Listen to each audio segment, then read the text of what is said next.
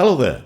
Aquí tienes las 6 películas que los que hacen El Guerrero Mandingo han destacado como mejores en el pasado 2021. Obviamente no están todas las que son, pero sí las que aparecen bien valen el precio de una entrada de cine.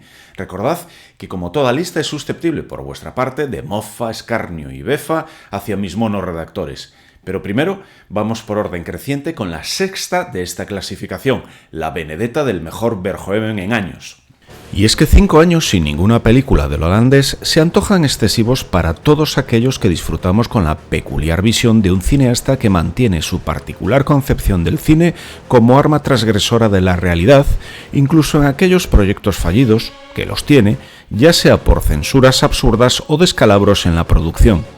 Benedetta es una película postergada por décadas que el realizador siempre tuvo en mente, aunque con diferentes actrices conforme el paso de los años. Algo así como la travesía por el desierto que Terry Gilliam tuvo que sufrir con los continuos cambios en las elecciones de la pareja protagonista de su Don Quijote. La historia de la monja, enjuiciada por las altas esferas del clero local, es una inteligente denuncia de la prevalencia de la ignorancia para mantener el status quo que impone el portavoz del nuncio frente a la mesura y conocimiento de la abadesa, aunque finalmente toda esa contención acaba por colapsar en un final de levantamiento de masas frente al poder. El film logra recrear con fidelidad los rigores monacales con sus estancias e iluminaciones adecuadas y se aprovecha, como en casi ninguna otra película del holandés, de la arquitectura medieval que se inserta como un decorado más en la historia. Al margen de la tentativa de censura que ciertos sectores proclives a la ofensa trazaron como frontera para su visionado, Verhoeven ofrece una lectura cinematográfica cercana al clasicismo académico sin renunciar a mostrar secuencias más íntimas que no gratuitas. Y es que siempre me pareció desproporcionadas las polémicas que los estrenos de muchas de sus películas provocaban entre los medios. Y me consta que el propio cineasta se llegó a aburrir de todo ello.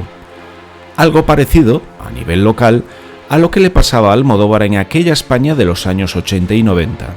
En el caso del manchego, el inconformismo sigue ahí también, aunque con una técnica más depurada que en sus comienzos. Y si el regreso de Verhoeven es motivo de alegría, ¿qué te puedo decir sobre el entusiasmo que me causa la vuelta del Schrader más contundente?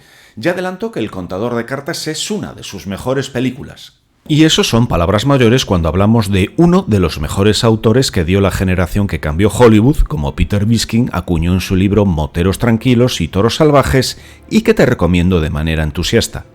La obra de Paul Schrader inevitablemente está marcada por la estricta educación calvinista que sufrió por parte de su padre y que le prohibió, por ejemplo, ver cine hasta cumplidos los 18 años.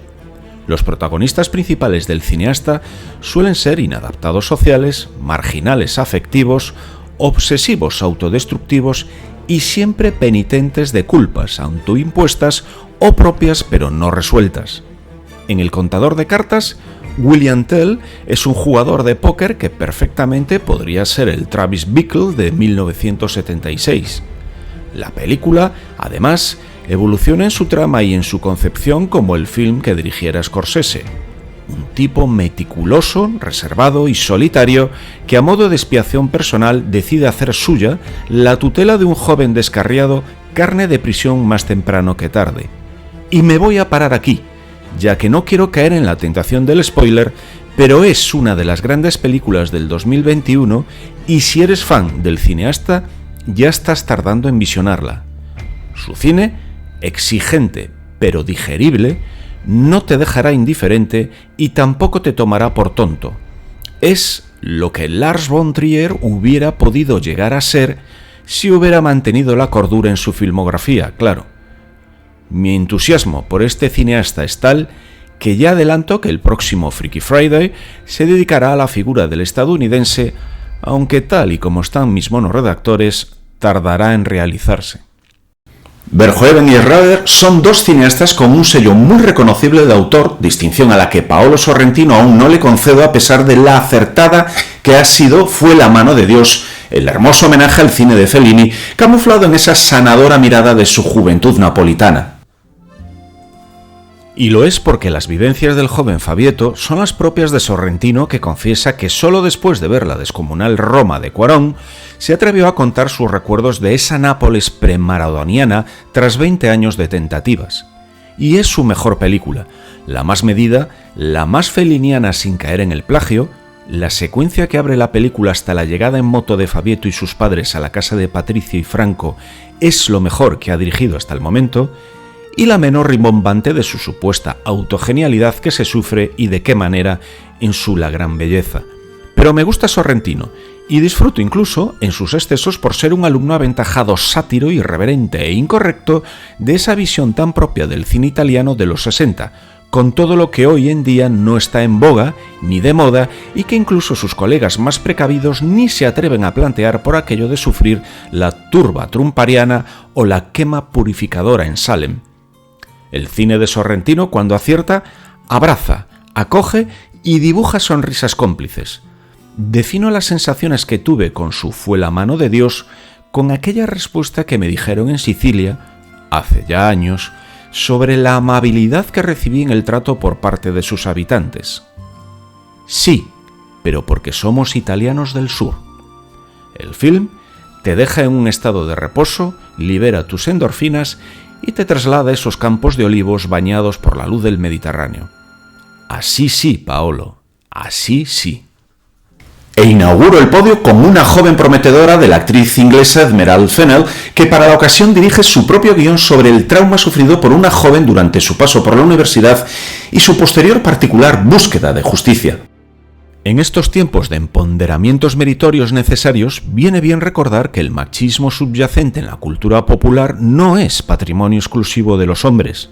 También se da en las mujeres, como también vemos judíos ultraortodoxos filonazis o negros en partidos de ultraderecha.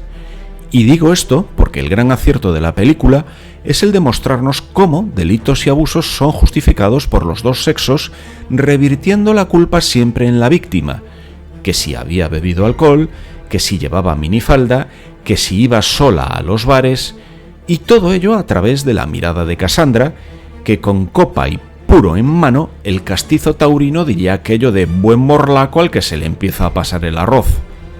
Interpretada por Carey Mulligan, actriz elevada a los altares por la redacción del Guerrero Mandingo, alcanza una contundencia en su discurso con un personaje al límite de la credibilidad en una evolución 2.0 de aquella Hayley que interpretara Elliot Page en esa tremenda bofetada de 2005 titulada Hard Candy. No alcanza el primer puesto porque ese final supuestamente cerrado y triunfal oculta otra realidad sobre quiénes tienen más posibilidades reales de salir airosos de la justicia, si los inocentes o los que pueden pagar los mejores abogados. Pero reconozco que es un epílogo muy coherente con los retos que la película asume y cómo los cuenta su directora. Casi una fábula oculta en ese drama fotografiado como si de comedia romántica se tratara, pero con una Ripley con piel de Amélie. Tras arduo debate entre mis monorredactores, First Cow se lleva la medalla de plata entre los mejores largometrajes de 2021, una propuesta de 2019 que por cuestiones de distribución no se pudo ver en el Estado español hasta el pasado año y que alcanza la excelencia cinematográfica con su sencilla minuciosidad. Y es que la propuesta de Kelly Reichardt entra de lleno en la categoría de esas películas artesanales, auténticas piezas de orfebrería que hacen lo más difícil en el cine: transmitir emociones desde propuestas tan poco habituales en sus tiempos narrativos, con una edición invisible y con ángulos de cámara que convierten al espectador en testigo silente, semioculto, absorto en la historia que Reichardt traslada con una pericia y dominio del lenguaje cinematográfico absolutamente magnífico. Es en estas producciones cuando el concepto de obra de arte alcanza su máximo significado y ofrece al público una perfecta mezcla entre lo que se ve y lo que se vive. First Cow tutea a otros triunfos incontestables de complicada elaboración como el de Florida Project de Sim Baker y que cuando encajan logran detener la percepción del espacio y el tiempo. Un sueño americano contado para aquellos que empiezan los libros de historia por el final y que escriben los olvidados buñuelescos. Una degustación quizás no apta para paladares acostumbrados a la ingesta de palomitas como único sustento anímico, pero que aplaudo a manos abiertas. Una, en definitiva, pequeña gran joya del séptimo arte. Y como mejor película del nefasto 2021, impuesta por el que os habla debido al empate técnico que hubo con First Cow, la noruega The Innocents, escrita y dirigida por Eskil Vogt, guionista de aquella turbadora historia vista en el Thelma de Joan Trier. Y se ve que aún le quedaron epígrafes que contar en aquella película porque toda esa bruma psicópata de brujas y hechizos tiene cabida en este cuento de niños que los adultos ni sospechan que puede ser posible. El estudio que Vogt realiza sobre la maldad, su origen y la manera de no caer en él es de un didactismo casi pueril, pero que sale amplificado por la manera en cómo la película aborda la creciente intensidad dramática, que te absorbe sin que puedas escapar de su órbita gravitacional, con una suave cadencia en su caída a ese profundo pozo fantástico, y que cuando te das cuenta de haber llegado a él, descubres que ese drama no es tal. Lo que queda por ver es terror silente y taquicárdico. Vogt, que seguramente leyó el manga Domu de Katsuhiro Otomo, evoluciona la historia del director de Akira para ofrecer solo puro suspense, prescindiendo de los meandros narrativos del cómic del japonés. No sé hasta qué punto Vogt tiene licencia por parte de Otomo, pero lo cierto es que es una mejora más elaborada y compleja que la realizada por el nipón. Hace ya muchas décadas, Ibáñez Serrador se preguntaba quién puede matar a un niño. Y es que los menores infantes tienen esas cosas, que cuando se ponen no hay habitación llena de muñecas sin ojos que puedan igualarlos en maldad y horror. Hitchcock debe estar sufriendo de auténtico placer. Estas han sido las 12 películas más destacadas por mis monorredactores. Dejadme en los comentarios cuál es la mejor película que habéis visto en el 2021 y cuál es la que menos os ha gustado. Nada más por hoy. Dadle al like, suscribíos y si sois de afrontar propósitos coincidiendo con la entrada del nuevo año, pero ya os cansa los mismos de siempre, intentad realizar el reto del Nobel de Literatura y la palangana. Ya veréis qué risas.